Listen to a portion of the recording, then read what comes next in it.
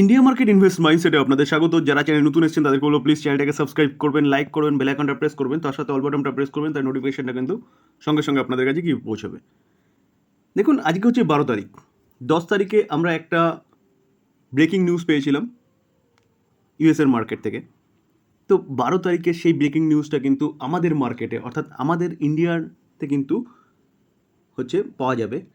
চলুন দেখে নিই কী ব্রেকিং নিউজ, সেটা কীভাবে মার্কেটকে ইম্প্যাক্ট করবে সেটাও আলোচনা করব। দেখুন, 10 তারিখে ইউএসের ইনফ্লেশন ডেটা পাওয়া গেছে, CPI inflation. India CPI inflation কিন্তু আজকে 12 তারিখে ডিক্লেয়ার হয়েছে। তো দেখুন, সিপিআই ইনফ্লেশন এক্সপেক্ট করা হয়েছিল কত, 4.91, সেটা কিন্তু এসছে কত, 4.85।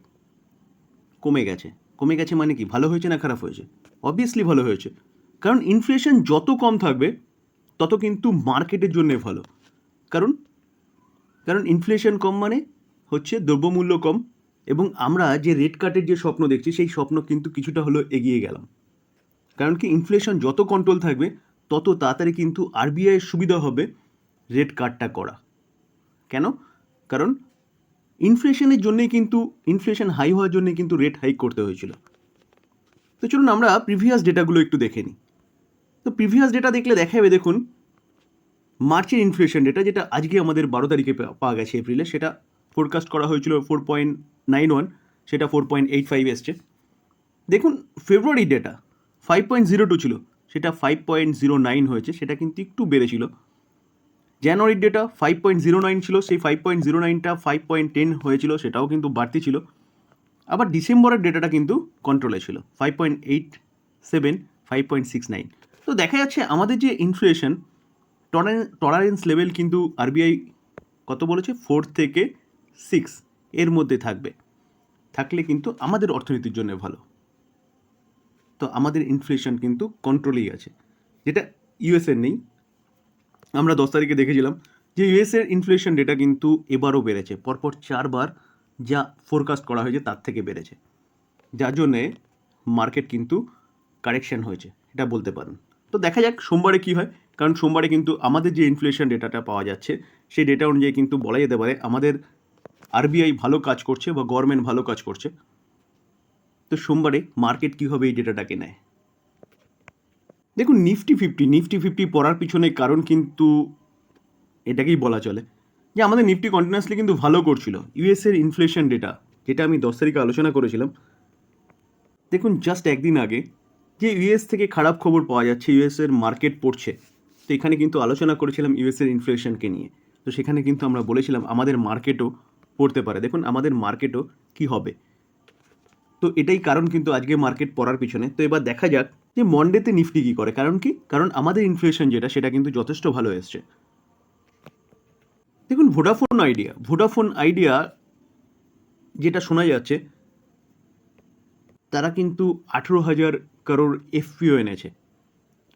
তো মার্কেট তো সেই খবরের জন্য খুব একটা ভালো রিয়্যাক্ট কিন্তু দেখায়নি। আজকে মার্কেট কিন্তু ভোডাফোন আইডিয়ার মার্কেট অর্থাৎ ভোডাফোন আইডিয়া কিন্তু কন্টিনিউয়াসলি নিচেই ছিল, হঠাৎ করে একটা আফসাইড মুভমেন্ট দেখা গেছে বা স্পাইক দেখা গেছে। তো এই কোম্পানি নিয়ে কিন্তু একটা ভালো নিউজ পাওয়া যাচ্ছে। চলুন নিউজটা কি সেটা দেখি। দেখুন, খবরটা যে পাওয়া যাচ্ছে সেটা কিন্তু রিপোর্টের মাধ্যমে পাওয়া যাচ্ছে, এটা মাথায় রাখবেন স্যার, যে রিপোর্টের মাধ্যমে পাওয়া খবর কিন্তু ফাইনালও হতে পারে আবার নাও হতে পারে। তো দেখুন, আমরা জানি যে কোম্পানিটা কি ভোডাফোন আইডিয়া হচ্ছে এফপিওর মাধ্যমে 18,000 করোড় তুলছে, ওকে। তো রিপোর্টের মাধ্যমে পাওয়া যাচ্ছে জিকিউজি এবং এসবিআই মিউচুয়াল ফান্ড কিন্তু কত 6,500 করোড় ইনভেস্টমেন্ট করতে চলেছে ভোডাফোন আইডিয়ায়। এটা কিন্তু একটা নিঃসন্দেহে ভালো খবর, যেখানে শোনা যাচ্ছিল যে কি ভোডাফোন আইডিয়ার ডেট প্রচুর রয়েছে অর্থাৎ বোরোয়িং প্রচুর রয়েছে, তার জন্যে কিন্তু হয়তো মানে হাফ সাবস্ক্রিপশন হবে না। তো এখানে কিন্তু একটা ভালো নিউজ পাওয়া গেল, যেখানে কিন্তু এসবিআই মিউচুয়াল ফান্ড এবং জিকিউজি তারা 6,500 করোড় ইনভেস্টমেন্ট করতে চলেছে। এই যে 18,000 করোড় যে তারা এফপিও এনেছে, তারা প্রাইস ব্যান্ড রেখেছে কত, 10 থেকে 11। তো স্বাভাবিকভাবেই কিন্তু এটা মাথায় আসবেই যে কোম্পানিটা চলছে কত এখন, কোম্পানিটা চলছে এখন 13.15-তে। তার জন্যই কিন্তু কোম্পানিটা আজকে নিচে এসেছিল। তো এই ভালো খবরটা পাওয়ার পরে কিন্তু কোম্পানিটা ওপরে উঠেছে। তো এখান থেকে 10 থেকে 11 যখন তারা প্রাইস ব্যান্ড রেখেছে, তো কোম্পানিটা কিন্তু সে তার কাছাকাছি আসতে পারে যদি কোম্পানিটা সাবস্ক্রিপশন ঠিকঠাক হয়ে যায়, তাহলে কিন্তু আসবে না। যদি সাবস্ক্রিপশন ঠিকঠাক হয় তাহলে কিন্তু কোম্পানিটা আবার নতুন সূর্য উদয় দেখার মতন অবস্থা হবে। মানে কোম্পানিটা কিন্তু 5G-তে এন্ট্রি করবে, বিজনেসটা সেট আপ ঠিকঠাক করে করতে পারবে। তো সেই জায়গায় দাঁড়িয়ে এখন দেখার বিষয় এই এফপিওটা যেটা এনেছে সেটা ফুলফিল হয় কি না। সেকেন্ড ট্রেস টেস্ট রিপোর্ট পাওয়া গেছে, যেখানে কোয়ান্ট স্মল ক্যাপ ফান্ড তারা কিন্তু ইমপ্রুভমেন্ট করেছে তাদের পজিশন। এই স্মল ক্যাপ ফান্ডটা কী করছে দেখুন, 17,349 করোড় ফান্ডটা ইউটিলাইজ করছে স্মল ক্যাপ ইন্ডেক্সে। তো সেই জায়গায় দাঁড়িয়ে লেটেস্ট যে রিপোর্ট পাওয়া যাচ্ছে 12ই এপ্রিল আজকের দিনের রিপোর্ট অনুযায়ী কিন্তু 50% তারা যদি লিকুইডিট করতে যায় তাহলে তাদের কিন্তু 20 ডেজ সময় লাগবে, যেটা আগে কতদিন লাগছিল, 22 দিন। এটা কিন্তু একটা ভালো নিউজ বলতে পারেন। সেবির থেকে যখন পদক্ষেপ নেওয়া হয়েছে তখন কিন্তু এই কোম্পানিগুলো কী করেছে, তাদের ফান্ডের অ্যাসেটটাকে চেঞ্জ করেছে। আগে তারা কি বলছিল যে 50% যদি লিকুইডিট করতে চায় তাহলে 22 দিন সময় লাগবে, সেটা কিন্তু এখন 20 দিন লাগছে। অর্থাৎ বলতে পারেন যে এই ফান্ডটা তাদের যে ইনভেস্টমেন্ট সেই ইনভেস্টমেন্টের স্ট্র্যাটেজি চেঞ্জ করেছে। এটা কিন্তু মিউচুয়াল ফান্ড ইন্ডাস্ট্রির জন্য ভালো, বা এই যে স্মল ক্যাপ ফান্ডটা রয়েছে এই ফান্ডের জন্য কিন্তু একটা ভালো নিউজ বলতে পারেন। ইউনোমিন্ডা আগে মিন্ডা ইন্ডাস্ট্রিজ নাম ছিল, এখন কিন্তু ইউনোমিন্ডা হয়েছে। দেখুন আজকের দিনে কোম্পানিটা কিন্তু ভালো পারফরমেন্স দেখাচ্ছিল, দেখাতে মার্কেটের প্রেশারের জন্য অবশেষে কিন্তু নেগেটিভ ক্লোজিং দিয়েছে। তো এই কোম্পানিটা কী কাজ করে অ্যাট ফার্স্ট সেটা কিন্তু জানতে হবে। যে কোম্পানিটা কিন্তু অটো ইনসিলারি সেগমেন্টে কাজ করে। আপনি 4 হুইলার বলুন, 2 হুইলার বলুন, 3 হুইলার বলুন বা অফরোড গাড়ি বলুন, প্রতি কটা সেগমেন্টের জন্য এই কোম্পানিটা কিন্তু পার্টস প্রোভাইড করে। কি হর্ন বলুন, ব্রেক বলুন, বিভিন্ন পার্টস কিন্তু এই কোম্পানিটা, এয়ার ব্যাগ বলুন, প্রোভাইড করে। তো সেই জায়গায় দাঁড়িয়ে এই যে কোম্পানিটা, এই কোম্পানিটার বিজনেস কিন্তু ইউনিক বিজনেস। তো এই কোম্পানি নিয়ে কী ভালো নিউজ পাওয়া যাচ্ছে চলুন সেটা আগে দেখি। দেখুন ইউনোমিন্ডা বাই করেছে, কি বাই করেছে, ল্যান্ড বাই করেছে কিসের জন্যে, চাকার প্ল্যান্টের জন্যে। কোথায়, হরিয়ানা। এটা কিন্তু একটা ভালো নিউজ বলতে পারেন, কারণ কি ইলেকট্রিক ভেহিকেলসের দুনিয়া আসছে, ডিমান্ড বাড়ছে, আস্তে আস্তে পেট্রোল ডিজেলের গাড়ি বন্ধ হয়ে যাবে। তো সেই জায়গায় দাঁড়িয়ে কোম্পানির যে ডিমান্ড, যে প্রোডাক্টের ডিমান্ড, সেই ডিমান্ড কন্টিনিউয়াসলি বাড়ছে। তো কোম্পানির ডিমান্ড বাড়ার জন্য কোম্পানিকে কী করতে হবে, কোম্পানিকে কিন্তু তার সাপ্লাই দিতে হবে, তাহলে গিয়ে বিজনেসটা কিন্তু গ্রো হবে। তো তার জন্য কিন্তু কোম্পানি এই ল্যান্ডটাকে পারচেস করেছে কি, চাকার প্ল্যান্টের জন্য। দেখুন আজকের দিনের এই ঘটনা 12ই এপ্রিল কিন্তু, ঠিক আছে, যে কোম্পানিটা যে প্ল্যান্টটা তৈরি করতে চলেছে সেই প্ল্যান্টে কিন্তু মান্থলি অর্থাৎ এক মাসে কত, 1,20,000 চাকা কিন্তু তারা তৈরি করতে চলেছে। তো সেই জায়গায় দাঁড়িয়ে স্বাভাবিকভাবে কোম্পানির বিজনেসটাকে বাড়ানোর চেষ্টা করছে।